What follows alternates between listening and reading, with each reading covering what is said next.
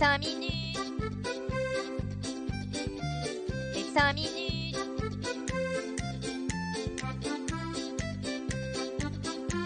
Les 5 minutes du coin. Bonjour à tous et bienvenue pour un nouvel épisode des 5 minutes du coin. Mais quelle semaine phénoménale! Le Bitcoin qui revient de très très loin car oui, vendredi dernier il était aux portes des 20 000 $. Et là, pouf, mardi, il nous fait une remontada à faire pâlir un moine qui l'amène au seuil des 26 000 $. Tout ça propulsé grâce à une inflation qui tombe à 6% aux US, mesdames et messieurs. Oui, vous avez bien entendu. Le Fear and Greed Index finit la semaine dans la neutralité avec un score de 51. La petite blague qui va bien avant de partir sur les infos, pourquoi les prostituées jalousent-elles le Bitcoin? Car il monte et il descend plus souvent qu'elles. La semaine dernière, on a pas mal parlé de NFT, avec notamment Yuga Labs et ses Ordinals, mais aussi le projet du Bataclan. Bref, du coup, c'est tellement dans le mood du moment qu'on va commencer les infos par un truc sur les NFT. Un nouveau Play to Earn va voir le jour dans le même goût que Sorare, qui s'était imposé dans le milieu footballistique. Là, c'est du côté du tennis que ça va se passer. Ballman Project a été créé par le célèbre joueur de tennis Stanislas Wawrinka. Ça se présente comme un jeu de cartes à collectionner, dont forcément les cartes sont des NFT, à l'effigie de joueurs de tennis que vous pouvez faire jouer en tournoi afin de gagner des récompenses. Je ne sais pas si le jeu est bien fait et s'il permet de retrouver ses billes en y jouant, mais putain, qu'est-ce qu'il est moche. Franchement, on dirait presque un jeu sur Game Boy Color, à la limite du vomi quand vous regardez le truc. Bref, si malgré cette magnifique pub que je viens de vous faire, vous souhaitez tenter l'aventure, une collection de 30 000 NFT est sortie en free mint cette semaine et la vente publique s'est ouverte aujourd'hui, le vendredi 17 mars. Les NFT ont bonne presse en ce moment et tout le monde s'y lance, certes, mais pour certains c'est un peu moins la rigolade. Meta s'était lancé à corps perdu dans les NFT en mai dernier à travers Instagram. Malheureusement, le résultat attendu n'était pas du tout au rendez-vous. C'est Stéphane Kerziel qui a annoncé la nouvelle le 13 mars à travers un tweet dans lequel il disait qu'en gros, ils allaient trouver d'autres moyens pour supporter les créateurs de contenu, les utilisateurs et les entreprises, mais plus les NFT. C'est quand même fou de prendre un tel virage après seulement 10 mois de test. En plus, 10 mois de bear market, quand le marché repartira, je pense qu'ils s'en mordront bien les doigts. Ce qui est certain, c'est que Meta enchaîne les mauvaises prises de décision entre les 14 milliards investis dans leur métaverse, qui ne casse clairement pas trois pattes à un canard, et maintenant ce paix de mouche de NFT sur Instagram. Que vont-ils nous concocter d'autre? Ah bah si, en fait je sais, Mark Zuckerberg a lâché une information peu réjouissante.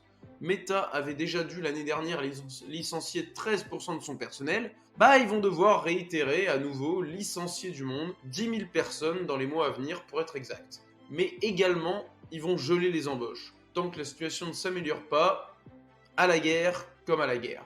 Quittons le pays des NFT pour nous retrouver autour d'un sujet un peu moins fun, mais d'un autre côté, que serait une actualité crypto sans histoire de hack? Un jour peut-être ça arrivera, mais pour le moment on en est bien loin.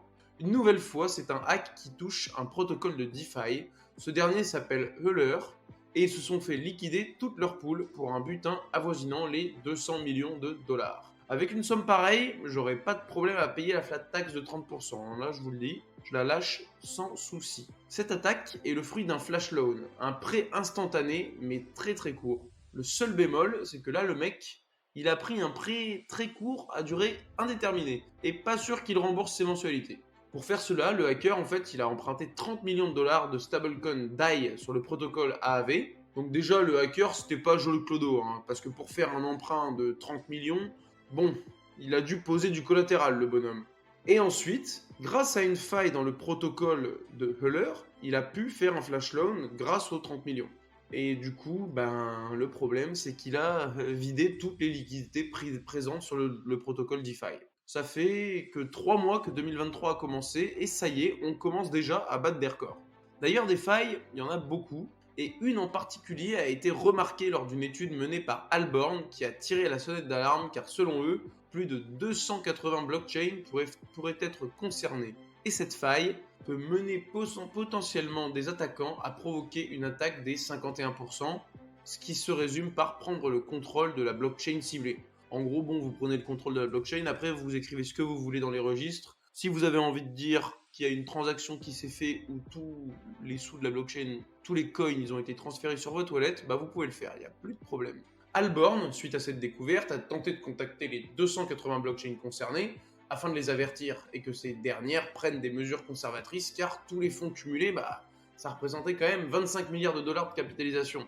Il y en a pour un petit peu de thunes quand même. Bon, à la base, l'entreprise, elle investiguait sur la blockchain du Dogecoin, donc vous l'aurez compris, bah, ça fait partie des 280 concernés. Cependant, bah, ils ont vite réalisé que les vulnérabilités présentes sur la blockchain du Doge, bah, en fait, elles étaient communes à plein d'autres. Cette faille ne concerne que des projets en Proof of Work, et plus précisément celles qui auraient des nœuds basés sur UTXO. Bon, autant dire que pour notre copain le Bitcoin, on est tranquille, il n'est pas concerné. Où sont les failles? Ah non, là c'est fini, c'est pas les failles, on passe aux femmes.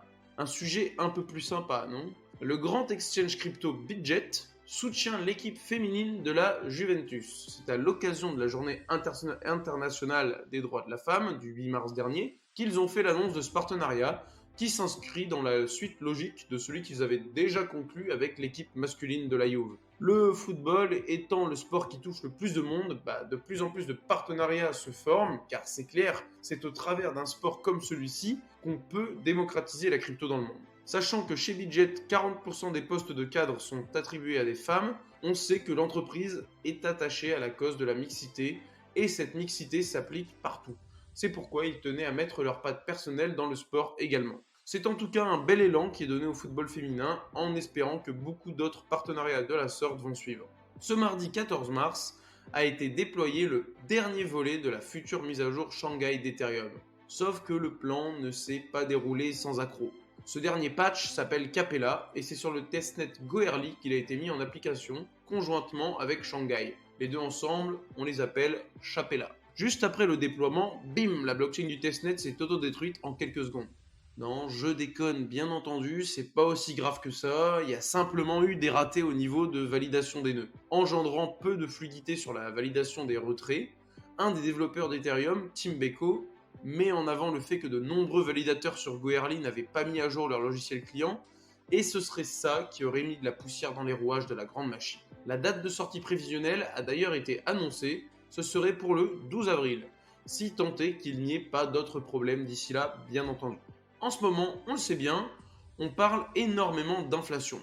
C'est pourquoi la plupart des banques centrales à travers le monde ont fermé les planches à billets depuis plusieurs mois et ont rehaussé leur taux d'intérêt directeur. Cependant, quand il est question de sauver les banques, là le mode automatique, il reprend le dessus. Le Crédit Suisse, qui a été fortement touché par l'effet domino du problème bancaire, qu'on peut désormais qualifier de mondial, car comme on le sait, son action en bourse a chuté de plus de 20%, cette banque va se voir prêter 50 milliards de francs suisses par la Banque Centrale Suisse. Et oui les gars, c'est ça qui est beau, quand on dit qu'on est too big to fail, en fait, c'est clair, l'État viendra toujours vous sauver pour éviter une crise systémique. Sauf qu'au final, ça retarde l'échéance, et qui paye les pots cassés dans tout ça? Les petits consommateurs comme nous, avec de l'inflation. En achetant du Bitcoin, on sort petit à petit de ce système vérolé. Bien entendu, je ne vous donne pas de conseils en investissement, c'est juste un conseil en liberté. Ce qui est certain, c'est que lorsque la plupart des actions bancaires mondiales ont perdu entre 5 et 20%, le Bitcoin, lui, a pris 15% dans le plus grand des calmes. Bon allez, fini de parler de trucs pas drôles, allons jouer un peu pour nous détendre. Peut-être qu'un des cas d'usage futurs des crypto-monnaies se trouve dans les jeux vidéo, et c'est le pari que prend Epic Games. Le mastodonte des studios de développement à l'origine de Fortnite a prévu d'intégrer plusieurs jeux blockchain sur sa marketplace, profitant d'une renommée conséquente et de ce fait d'une très bonne visibilité. C'est Steven Allison, un des dirigeants chez Epic Games, qui annonce qu'au cours de l'année 2023, une vingtaine de jeux liés à la blockchain devraient pointer le bout de leur nez sur la plateforme. Ces jeux ne seront pas forcément des jeux développés par Epic Games eux-mêmes, mais seront tout de même étudiés par leurs équipes et s'ils sont acceptés, ils bénéficieront de l'effet vitrine du Play Store d'Epic Games. Maintenant, ce qu'on attend de voir, ça va être la tête des graphismes de ces jeux vidéo, car pour le moment, dans le secteur, on a beaucoup de promesses et trop peu de pixels. Minecraft, ça existe déjà, pas besoin de nous faire des remakes en incluant des NFT et des trucs payants. En France, j'imagine que vous avez déjà entendu parler d'Alira, l'école qui propose des formations en lien avec la blockchain. Et bien désormais, c'est l'IESP l'IESA, l'Institut d'études supérieures de l'art, qui développe en partenariat avec AICA, une boîte ancrée dans le métaverse, l'art numérique et la tech. Ce partenariat a pour but de proposer une formation dans le domaine de l'art et du métavers, une première en Europe. Les étudiants en licence et en master dans cet institut auront donc désormais le choix d'étudier les NFT, les cryptos, l'art numérique sous toutes ses formes. Ce sont les cofondatrices d'AICA qui animeront ces formations, qui pourront d'ailleurs être faites directement dans le métaverse, car l'IESA existe dans leur métaverse. Bah ouais, ça paraît plutôt logique. En même temps, tu peux pas donner des cours sur le métaverse sans que les cours ne se passent dedans. Non mais allô quoi. Avec toutes ces initiatives qui se créent, on voit clairement que tout cela fait partie de notre avenir et n'est pas voué à disparaître. Si on l'enseigne aux jeunes, je pense que ça fera partie de leur quotidien et des nouvelles solutions à leur disposition pour qu'ils puissent exprimer leur art. On termine les actualités de la semaine avec un coup de filet. Et non, personne ne s'est fait frapper pendant une pêche au chalutier, c'est au sens figuré bien entendu. C'est grâce à une coopération du FBI et d'Europol qu'un mixeur de crypto-monnaies permettant donc d'anonymiser la provenance de fonds a été stoppé. Alors petit aparté, les mixeurs de crypto c'est quelque chose qui peut être très bien, car ça permet de faire des choses anonymement comme des dons, etc. Cependant, la plateforme dont on parle, c'est Chipmixer, et apparemment énormément d'argent sale transité par leur mixeur. Donc là, en l'occurrence, c'était pas des gentils. Même si j'imagine que les bandits trouveront bien un autre endroit où faire leur nid. On parle quand même d'un mixeur sur lequel il y aurait eu pour environ 3 milliards de dollars de transit, dont le tiers serait de l'argent sale. Et selon le FBI, c'est plus de 37 groupes mafieux qui utilisaient le mixeur. Comme quoi, les mafieux, contrairement aux États, ils ont vite pris le virage du Web3. Merci d'avoir suivi ces 5 minutes du coin. Si ce condensé de l'actualité vous a plu, n'hésitez pas à me suivre ici et sur Twitter. Bonne journée à tous, et surtout, hold on for dear life!